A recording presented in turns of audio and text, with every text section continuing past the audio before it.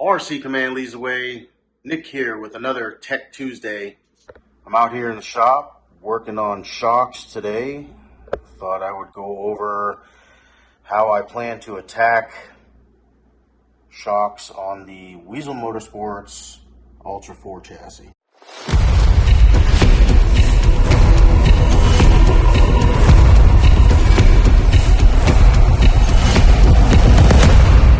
So for those of you that do know me, you know that I am the social media director for the National Rock Racing Association.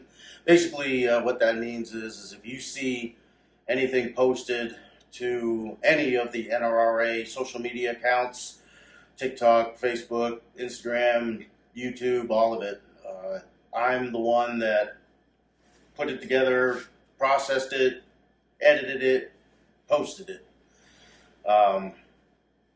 What that means for me is that's my day, that's my 9 to 5.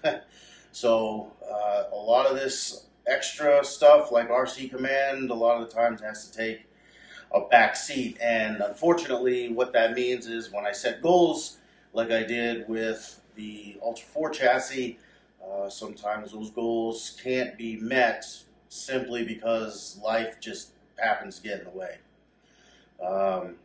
Leading up to finals, I was extremely busy with last-minute editing of products and so on that would be played and shared throughout the weekends, throughout racing, the awards banquet, all of that stuff. So it kept me very, very busy, and it kept me from completing this project. So we had a couple of weeks off. Weeks were not spent lounging by the pool or on vacation, I can assure you that. So, some updates that we need to talk about as far as Weasel Motorsports chassis goes. One, drivetrain. I am struggling trying to shoehorn 8th scale electronics in this 100% custom-made chassis. Now, that is by no fault of Wyatt or Weasel Motorsports, because when I ordered this chassis, when I helped design this chassis with Wyatt, we were talking about using 1/10 scale electronics. It is 100% my own stupidity for trying to change build plans a third of the way through a build, okay? For any of you guys that are building these things one-off, custom stuff, you know what I'm talking about.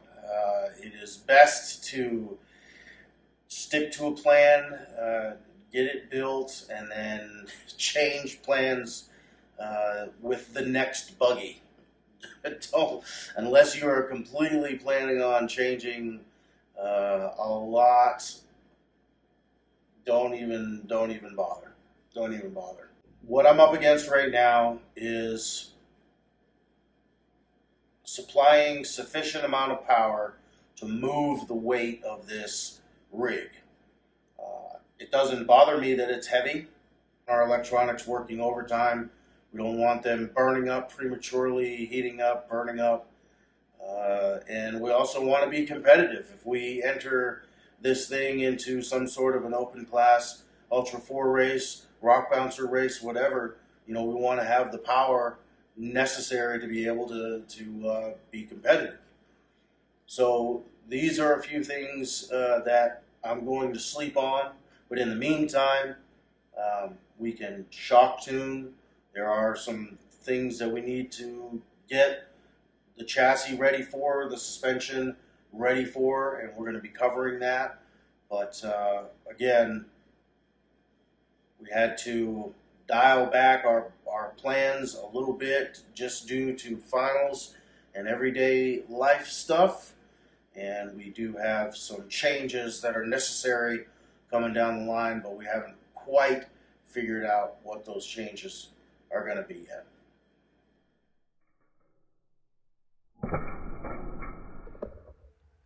The Proline Power Stroke is a proven shock in the RC rock racing community.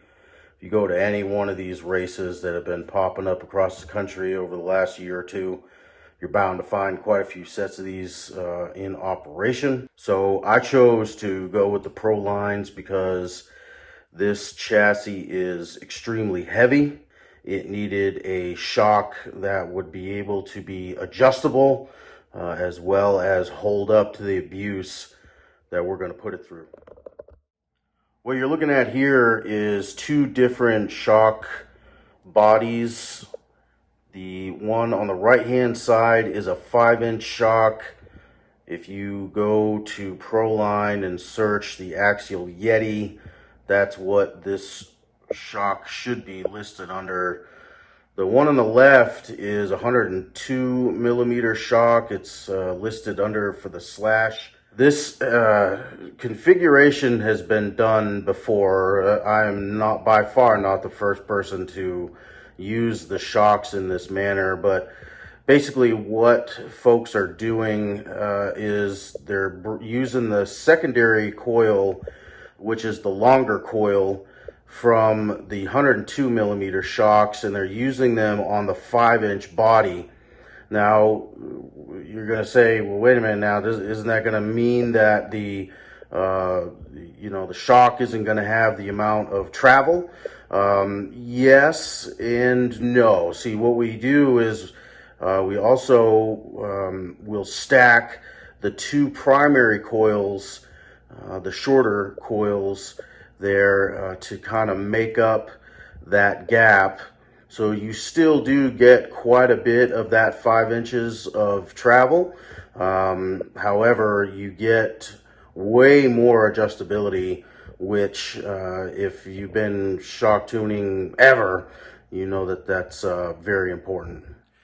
Now, I am by no means a professional at any of this stuff. I'm just not afraid to try things. So I've got a lot of components kicking around, shock oils, and so on that I've collected over the years. You can buy this Team Losi shock oil kit, I believe, from Amazon. They're cheap. You can buy half a dozen of them or so you can get an assortment of weights. I definitely recommend doing this to get started.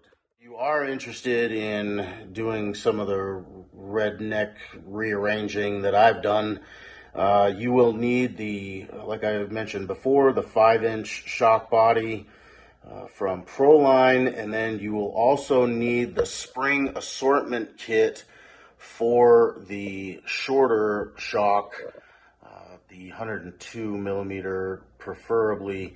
What you'll see here is some color coding. The blue spring up there in the upper left hand corner is going to be the softest, and then red being the most firm. And basically what I do is I just start right from scratch, y'all. I put some shock oil in, put some coils on there, do a couple of drop tests, and see how it feels.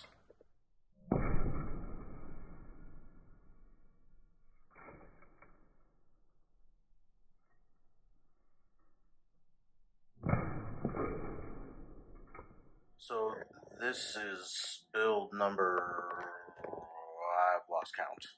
I've built so many of these and reconfigured them, and I really wanted to make this build different. I wanted this to be the all-encompassing, basically taking everything that I've learned over the last few years and put it into a nice, clean build. All brand new parts, all parts that were well thought out, and for the most part, that has happened. But leading up to finals, I was finding myself looking for ways to cut corners, looking for ways to reuse that drive shaft, or we don't need to put fresh bolts here or whatever. And that was one of the main reasons why I had to put this build on the back burner, complete finals, take care of my day job, if you will, and then come back and revisit this. And I feel like we're back on track. I'm looking forward to getting this thing moving under its own power. So because I have a terrible memory, I have to write all of this stuff down. I started with 20 weight up front, 45 out back. For the front secondary spring, I started with the blue spring, which is the softest. The primary spring, I went to yellow, which is the second most firm. It's what actually comes, what they come with from the factory. And then the second primary is green. Okay, trying to go with a little bit softer setup up front. Out back, a little bit different story. Secondary spring starting with green, primary spring yellow, and the second primary spring green. A little bit softer out back, but a little bit heavier weight as well.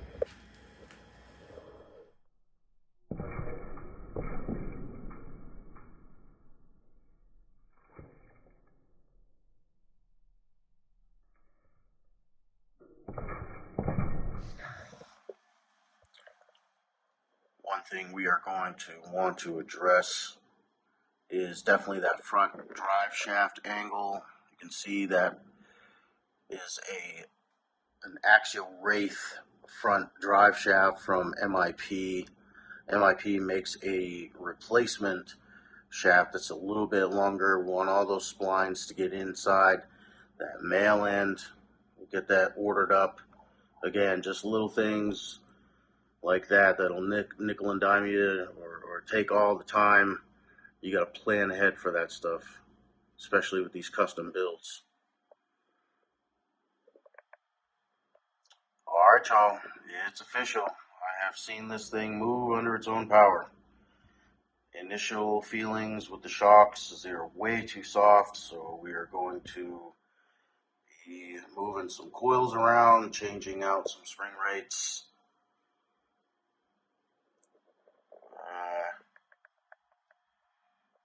We're going to have to mess around with the Mama X, make sure we've got a good tune in there for it. Just keep plugging away.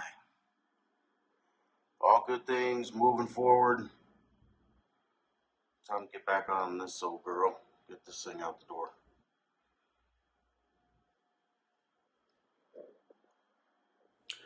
All right, y'all, that's a wrap. Part one of shock tuning for the Weasel Motorsports Ultra 4 chassis in the books.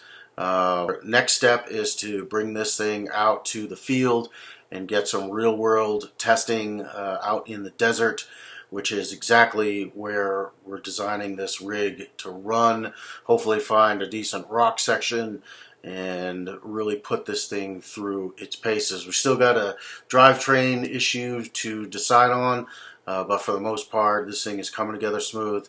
And I appreciate all y'all hanging out with us. We'll see everybody soon. RC Command leads the way.